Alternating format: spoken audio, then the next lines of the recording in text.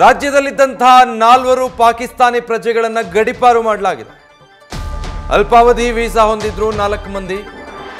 ಈ 4 ಜನರಿಗೂ ಈಗ ಗೇಟ್ ಪಾಸ್ ನೀಡಲಾಗಿದೆ. ದೀರ್ಘಾವಧಿ ವೀಸಾ ಹೊಂದಿರುವಂತಹ ಪ್ರಜೆಗಳ ಗಡಿಪಾರು ಇಲ್ಲ, ಆದರೆ ಇವ್ರದೆಲ್ಲ ಎಕ್ಸ್ಪೈರ್ ಆಗಿದೆ. ರಾಜ್ಯದಲ್ಲಿ ಒಟ್ಟು 91 ಮಂದಿ ಪಾಕಿಸ್ತಾನಿ ಪ್ರಜೆಗಳು ವಾಸ ಇದ್ದಾರೆ.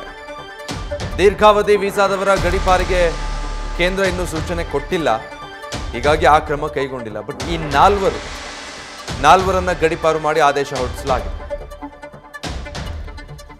ಡೀಟೇಲ್ಸ್ ಕೊಡ್ತಾರೆ ನಮ್ಮ ಪ್ರತಿನಿಧಿ ಪ್ರಜ್ವಲ್, ಲೈವ್ ನಲ್ಲಿ ಜಾಯ್ನ್ ಆಗ್ತಾ ಇದ್ದಾರೆ. ಪ್ರಜ್ವಲ್, ಈಗ ರಾಜ್ಯದಲ್ಲಿ ಪಾಕಿಸ್ತಾನಿ ಪ್ರಜೆಗಳನ್ನ ಹುಡುಕಿ ಹೊರಗಾಕುವಂತಹ ಕೆಲಸ ಹೇಗಾಗ್ತಾ ಇದೆ?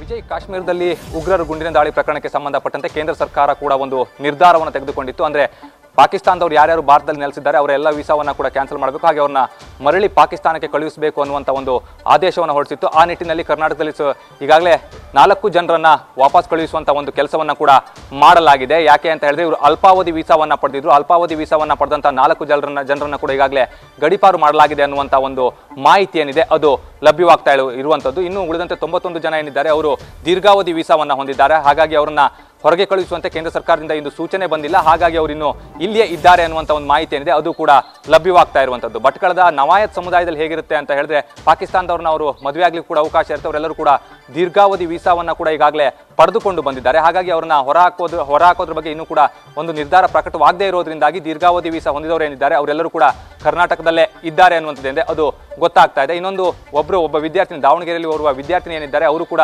ದೀರ್ಘಾವಧಿ ವೀಸಾವನ್ನ ಪಡೆದು ಬಂದಿರೋದ್ರಿಂದಾಗಿ ಅವರು ಅಂತಿಮ ವರ್ಷದ MBBS ಅನ್ನು ಕೂಡ ಓದ್ತಾ ಇರೋದ್ರಿಂದಾಗಿ ಅವರನ್ನ ಕೂಡ ಹೊರಗೆ ಕಳುಹಿಸುವಂತ ಒಂದು ಕೆಲಸವನ್ನ ಇನ್ನು ಮಾಡಿಲ್ಲ. ಯಾಕೆ ಅಂತ ಹೇಳಿದ್ರೆ ಅವ್ರದ್ದು ಕೂಡ ದೀರ್ಘಾವಧಿ ವೀಸಾ ಇದೆ, ಆ ಒಂದು ವೀಸಾದ ಅವಧಿ ಕೂಡ ಇನ್ನು ಮುಗಿದಿಲ್ಲ. ಹಾಗಾಗಿ ಅವರು ಎಜುಕೇಶನ್ ಪರ್ಪಸ್ ಬಂದಿರೋದ್ರಿಂದಾಗಿ ಆ ಬಗ್ಗೆ ಯಾವುದೇ ಒಂದು ಸೂಚನೆ ಕೂಡ ಬಂದಿಲ್ಲದೆ ಇರೋದ್ರಿಂದಾಗಿ ಅವರನ್ನ ಗಡಿಪಾರು ಮಾಡುವಂತ ಒಂದು ಕೆಲಸ ಇನ್ನು ಆಗಿಲ್ಲ. ಒಟ್ಟು 91 ಜನ ಏನಿದ್ದಾರೆ ಅವರು ಇನ್ನೂ ಕೂಡ ಕರ್ನಾಟಕದಲ್ಲೇ ಇದ್ದಾರೆ.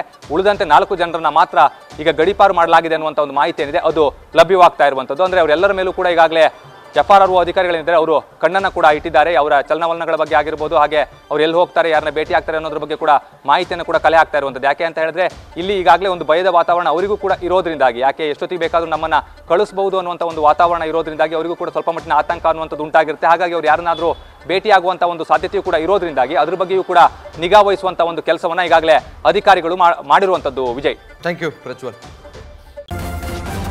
ನ್ಯೂಸ್ ಫಸ್ಟ್, ನಿರ್ಭೀತಿಯಿಂದ ನಿಮ್ಮ ಪರವಾಗಿ.